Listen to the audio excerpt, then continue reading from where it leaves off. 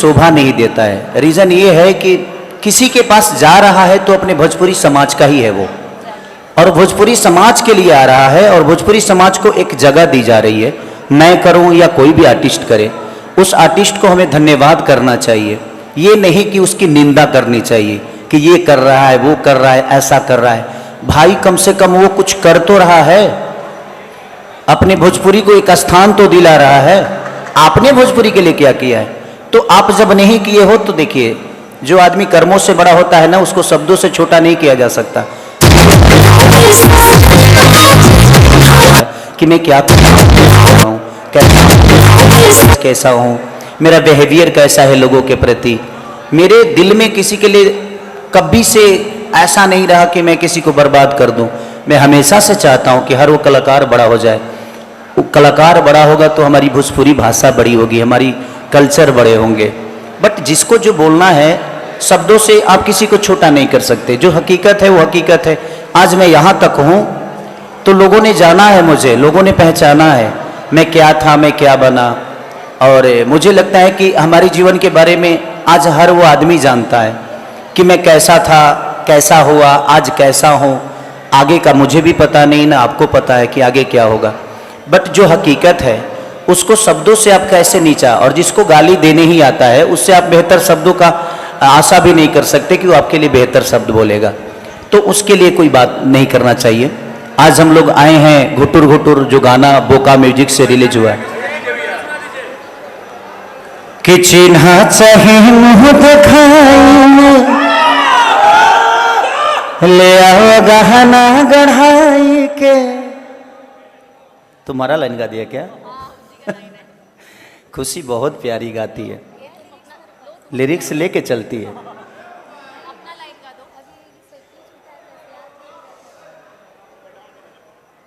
ए हो में दे दे दे, हमरो लाइन में भूला जाए।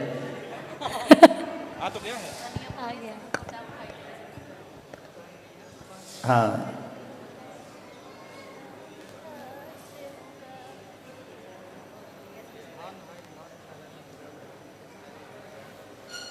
हाँ गाओ। कि रौरे डरे मन न करे ए राजा जी, आ लागिल धरे कोर में भरे ए राजा जी।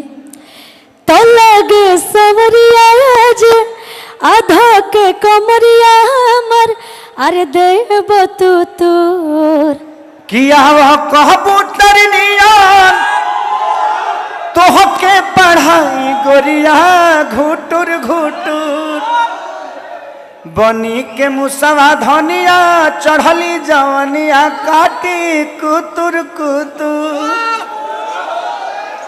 तो थैंक यू सो मच कि आप लोग इतना वक्त देते हैं हम सबके लिए। जितने भी इन्फ्लुएंसर आए हुए हैं सबको दिल से धन्यवाद कि आप लोग अपनी जगह खुद से बना रहे हैं। हमारी शुभकामना है सबके साथ कि आप लोग बेहतर करिए और बेहतर दिशा में अपने आप पे मेहनत करिए।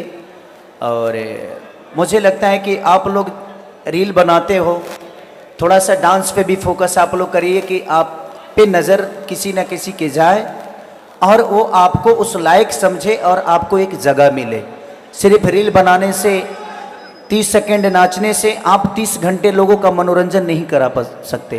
तो प्रयास करिए कि 30 घंटे नाचिए ताकि आपको 30 दिन दुनिया बहुत प्यार से देखे और आपकी एक जगह तय करे कि आप इस जगह के लायक हैं। तो थैंक यू सो मच। काम को बहुत अहमियत देती हैं, तो इसके लिए दिल से थैंक यू डिम्पल को भी। और खुशी हम सबकी छोटी बहन है।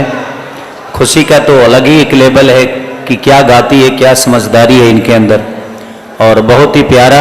मैं तुम्हें चाहता हूँ बेटा तुम सिंगर ही रहो, एक्टर मत बनना, सिंगर ही बनो, क्योंकि तुम सिंगर ही बहुत प्यारी हो।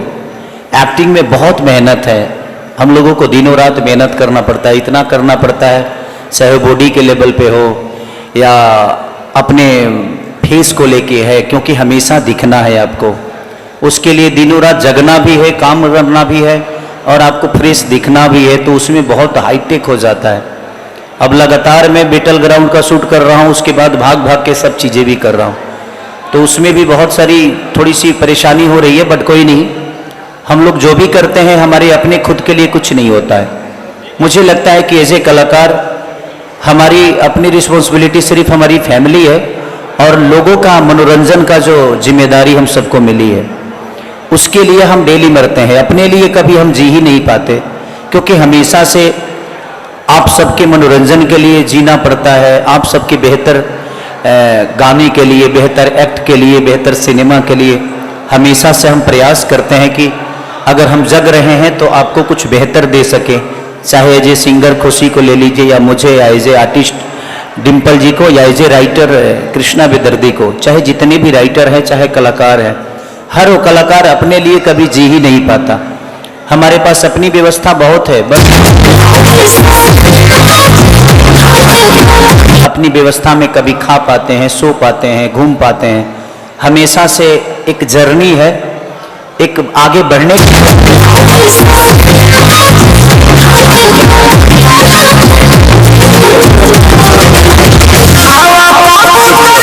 और आप सब हमारा परिवार हो। हमारा परिवार पूरा भोजपुरी समाज है, जिस परिवार के लिए हम सब दिनों रात मेहनत करके प्रयास। खुशी होती है जब मैं बड़े प्लेटफॉर्म पे काम करता हूँ। एमेजॉन MX प्लेयर पे जो बैटल ग्राउंड आ रहा है, तो उन्होंने बोला था कि मुझे तेलुगु के मेंटोर बनना है।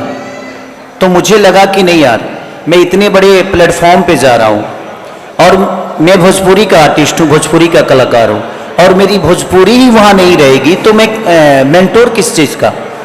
तो मुझे लगा, तो मैंने उनसे रखी कि नहीं, भोजपुरी भावकाल के नाम से आप टीम बना कर अगर दे सकते हैं तो ही मैं एक शो कर पाऊंगा, अदरवाइज मैं इस शो का मेंटोर नहीं बन पाऊंगा।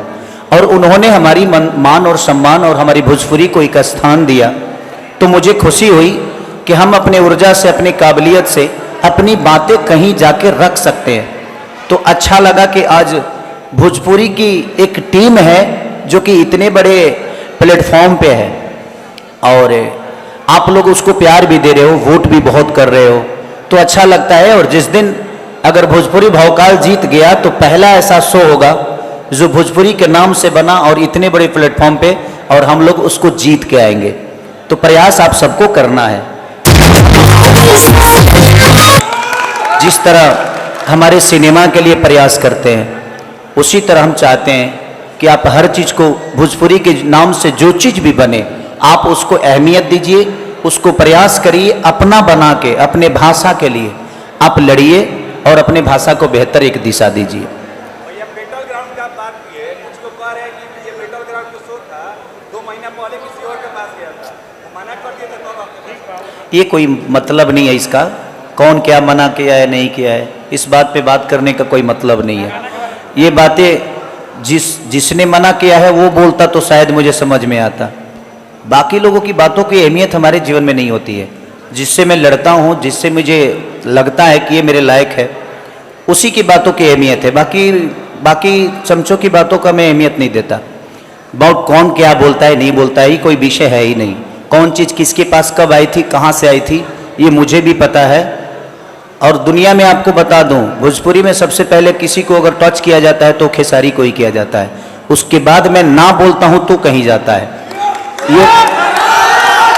अब ये बातें मैं